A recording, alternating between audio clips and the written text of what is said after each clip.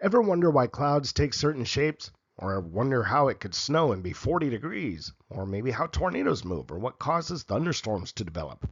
Welcome to Meteorology Monday, the podcast where we'll take a look at all things weather and science. I'm your host, meteorologist Christopher Cawley. Thank you for joining me for this inaugural episode. In today's episode, we're going to do a little bit of an introduction so you learn a little bit about me, just a little bit. I'm not going to spend a whole lot of time on that. And then we're going to talk about the SKYWARN spotter program and amateur radio and their use in keeping people safe and how you can participate. So stay tuned. Let's dive right in. All right, a little bit about me. Again, Christopher Cawley is my name. I go by Chris. I'm going to go by Chris in the podcast. Everybody calls me Chris, and that's just the way it is. I've been a weather geek my entire life. I grew up in the heart of central New York in Otsego County, New York, where it's a very rural country out there. I started doing Skywatcher reports to WKTV in Utica, New York, while I was living in Lawrence, and I would communicate with a man who would become my dear friend and mentor, meteorologist Rich Lupia, and we maintain a good friendship today. I achieved my first SKYWARN certification in 2007, my basic training, so to speak, and then I received my advanced training in 2009 at National Weather Service, Wilmington. I'd been working in a dead-end job for, about 20 years.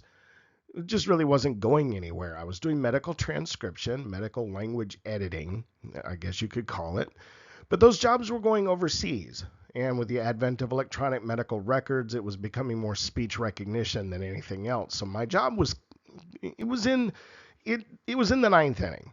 And after chasing a storm in 2010, I decided at 38 years of age, because I'm a little crazy, that I would go back to college. So I went to Southeastern Community College here in Whiteville. Great school, really good school. And in 2014, achieved my associates in general science. From there, I went on to Mississippi State University. I took the online program, and now some people will argue and say, well, that's kind of a soft option. Well, no, I would argue that it's not. You don't have that professor right in front of you to ask questions. You have to make an appointment and all that good stuff. Anyways, I achieved my bachelor's degree in operational meteorology, received that in August of 2017 from Mississippi State. Go Bulldogs. I started forecasting in around 2011, basically just putting pictures, radar images of thunderstorms on social media. If you want to call that forecasting, okay, sure, we'll go with that. That progressed on as I was getting my education. I did an internship at WECT in Wilmington, North Carolina in 2016, right before I got my degree. Now I do forecasting for Northeast South Carolina, Southeast North Carolina. I write a daily weather blog for ColumbusCountyNews.com, and I record multiple radio weather forecasts for multiple stations throughout North Carolina as part of the Nowcast radio network. And I really enjoy that. So that keeps me active in forecasting. All right, enough about me. That's all for that. Let's get to the crux of today's episode, SKYWARN and storm spotting and amateur radio. We're going to learn about storm spotting. We're going to learn the difference between storm spotting and storm chasing. There's a difference. We're going to talk about chasing a little bit and hit some highlights there. And we're going to talk about how amateur radio is a crucial part of that. Okay? You're going to hear the term ground truth many times in this podcast because that's exactly what spotters provide. They provide ground truth observations to forecasters. The SKYWARN program was established in the 1970s. It was set up as a volunteer network of spotters to provide that ground truth. Now, radar was a thing, but it wasn't a great thing, okay? So you needed groups of people who were trained, who knew what they were looking for, who could see something on the ground and get on that radio. This was before cell phones, and actually report in to Weather Bureau, Weather Service offices. Okay. The program formalized the role of citizens in reporting tornadoes, high winds, flooding, basically any severe weather instance. Today we have over 350,000 volunteer spotters, and they include police, fire personnel, EMS, dispatchers, and ordinary citizens like you and I. Amateur radio operators, ham radio operators, you might have heard of them. They play a critical role in storm spotting, but you don't need to have a ham radio license to be a spotter. That's a little bit of a misnomer that's out on the internet.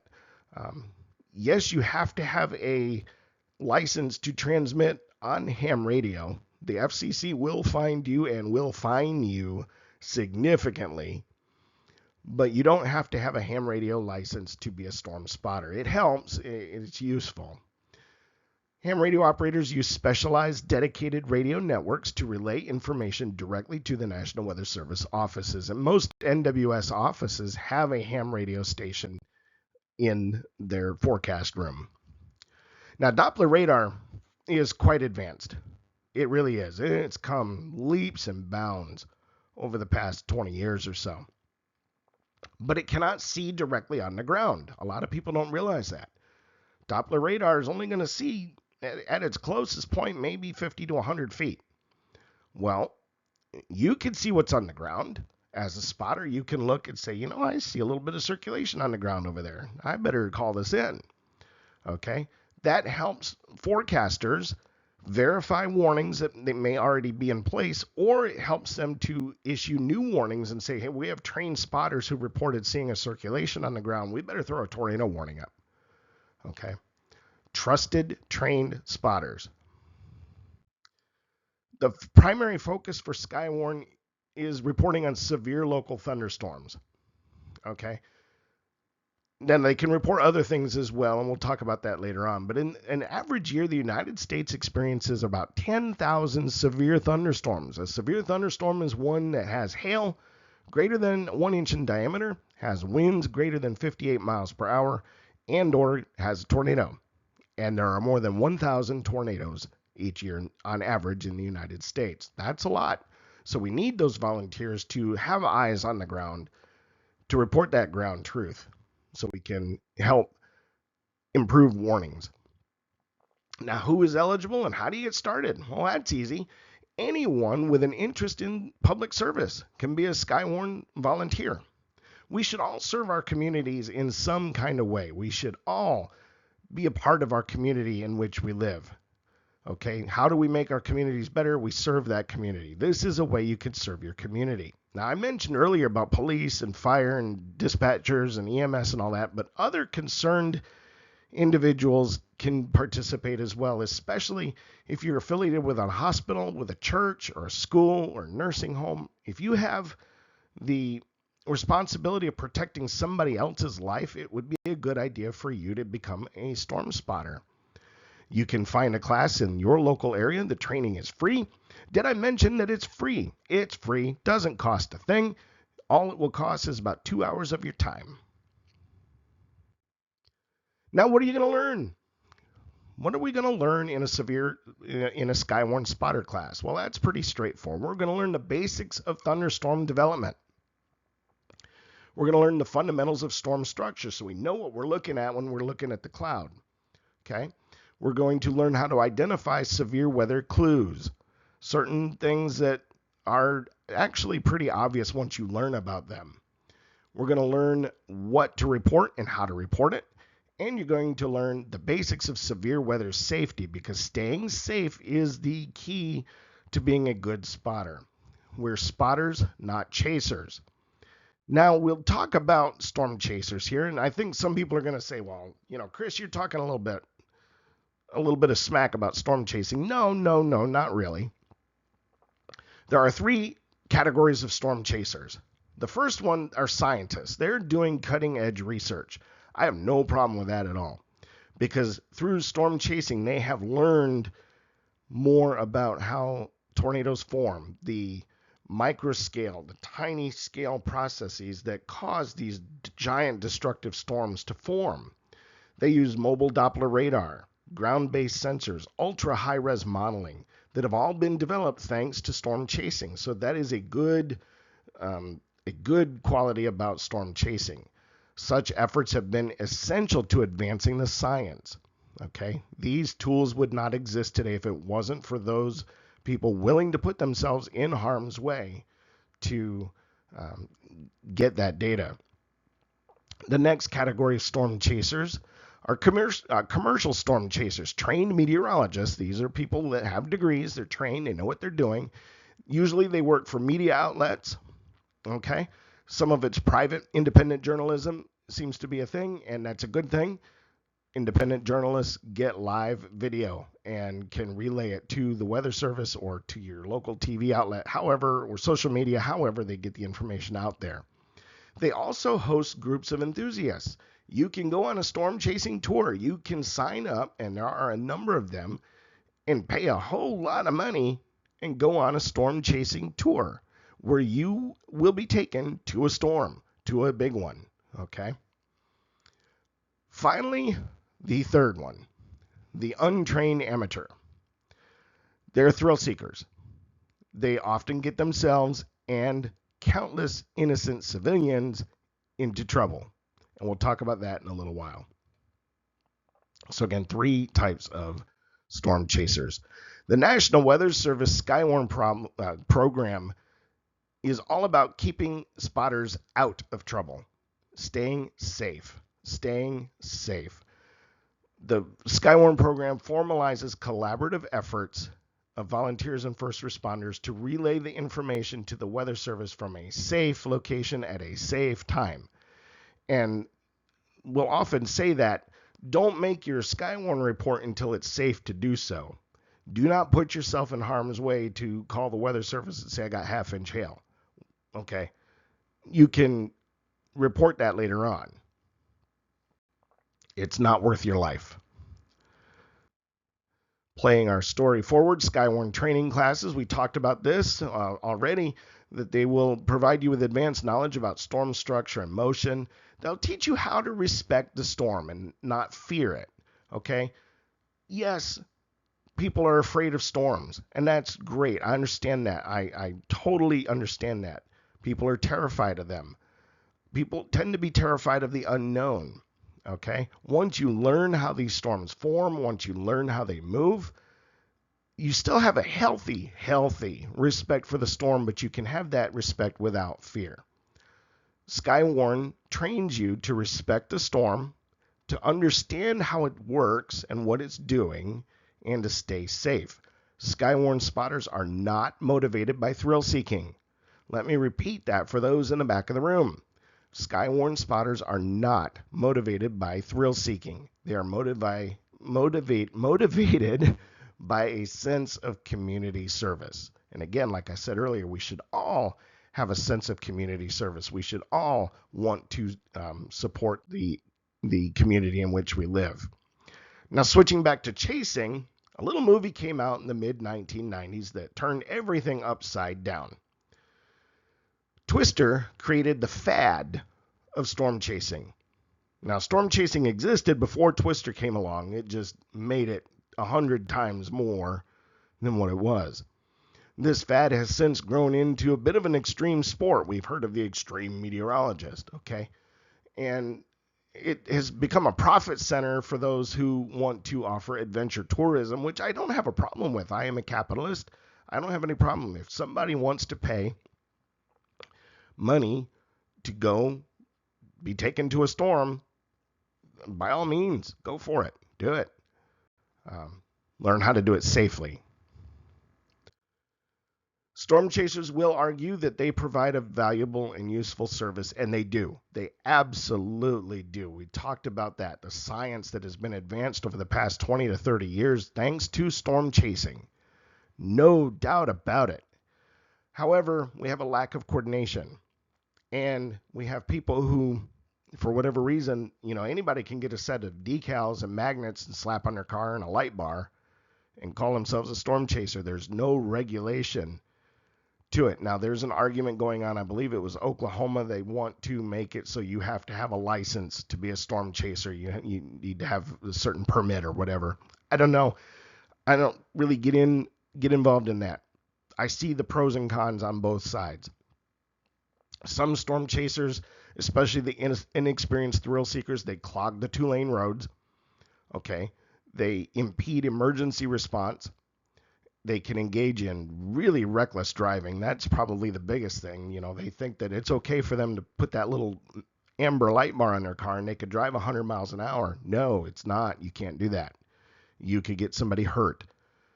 They also interfere with responsible, qualified researchers working in the field. And on occasion, that has led to the demise of a storm chaser. Experienced meteorologist storm chaser, Tim Samaras, was killed. Okay? It's unfortunate. I'm not saying he was killed because of irresponsible thrill seekers. Nothing about that. But it does happen. You're taking your life into your hands when you chase a storm. All right, so to become a SKYWARN spotter, go to the website of your local National Weather Service office. Mine is located in Wilmington, North Carolina. Once you navigate to the website, look for the SKYWARN page, and then from there you should be able to find a schedule of local training classes. Now, but Chris, I don't know my local Weather Service office. Okay, no problem. Go to weather.gov. Not weather.com, that's the Weather Channel. Weather.gov. You'll see a big map of the United States. Click on where you live. That will take you to your local NWS office, and then you can navigate from there. There's also online SKYWARN training courses through the NWS Comet program. The role of the SKYWARN spotter. You have to create an account, but it's free. Again, it's free. Doesn't cost you anything. You do have to have an email. And then you create the account, and then you can navigate from there. And there are actually many, many, many free courses on that site that you can learn anything you want to learn about anything meteorology. On the NWS Wilmington's page, and I believe some other websites do as well, you can download the old spotter field guides. These are outdated. Excuse me. These are outdated by quite a few years, but they're still useful. Okay, they're still useful in basic and advanced knowledge of storm structure. Storm structure has not changed. It's always been this way. We've only just recently discovered more and more about the storm structure, but this will get you started. These are what people learned by back in the day. All right, let's talk about ham radio, the role of amateur radio. I am a ham radio operator. I got my license in 2010. My call sign is KK4CSR. Amateur radio operators remain a very valuable source of ground truth because they're organized and disciplined. Ham radio is not like CB at all, not even close. I mean, they're related in that they're radio, but ham radio is very structured and very organized and disciplined. Organizations such as ARES, Amateur Radio Emergency Services, RACES, and Oxcom provide the needed structure to efficiently deploy spotters in locations with good visibility. Those two-way communications provide an effective picture of real-time developments as they occur. Radio amateurs use VHF and UHF networks in their efforts. Ham radio is far more reliable than any cell phone. Now, how many times have you been out somewhere and you go to call somebody and, oh, I have no cell service? I have ham radio service anywhere at any time. I got that radio, I got an antenna, I put the power on, and boom, we're talking. So when cell towers and internet services fail during storms, amateur radio remains the tried and true communication method. Mobile and handheld radios with good antennas are essential. Excuse me, I'm dealing with a little bit of a cold. Repeaters are also used to coordinate communication. With ham radio repeaters, we can talk over hundreds of miles in distance, and as if you and I were talking face to face. And maybe another podcast will go further into ham radio if anyone's interested in ham radio. Now, during a SKYWARN net, excuse me, when there's severe weather, the National Weather Service office in that location will activate a SKYWARN net. This is an amateur radio net where a net control station, sort of the master of ceremonies or the central location, will coordinate, gather reports, and relay information from spotters in the field. Typically, when a severe thunderstorm warning is issued or a tornado warning is issued, SKYWARN is activated. Okay. Net control stations. I have been a net control station. I was a coordinator for Robinson, Bladen, and Columbus County for many years. I no longer am as active as I used to be because of other things going on in life. But a good friend of mine from Robeson County, we held a SKYWARN net for over 40 consecutive hours during an ice storm in 2012. So not only do we have SKYWARN nets for severe weather, but for ice and snowstorms when they're unusual occurrences. And you see on the graphic here the ideal SKYWARN ham operation for the National Weather Service at Columbia, South Carolina. Ideal doesn't always mean it works out that way. Now, ham radio is for everyone, anyone of any age. There's no minimum age requirement. Okay? Yeah, you have to pass the test. It's a basic electronics and science test. All you have to do is find a local amateur radio club, get on the Google machine or the Facebook machine, and find your local ham radio group in your local area. There are many here in the Carolinas. To become a ham radio operator, to get that license, you have to take a test, but you can get coaching and online study guides for free on the internet. Google is your best friend.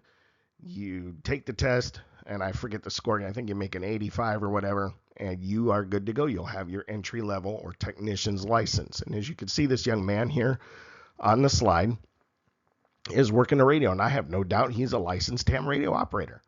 And you can talk to people all over the world. It's not just for storm spotting. Ham radio is the original social media. You could pick up that microphone and talk to somebody in Spain or New Zealand or anywhere, okay? And it's fun. It really is.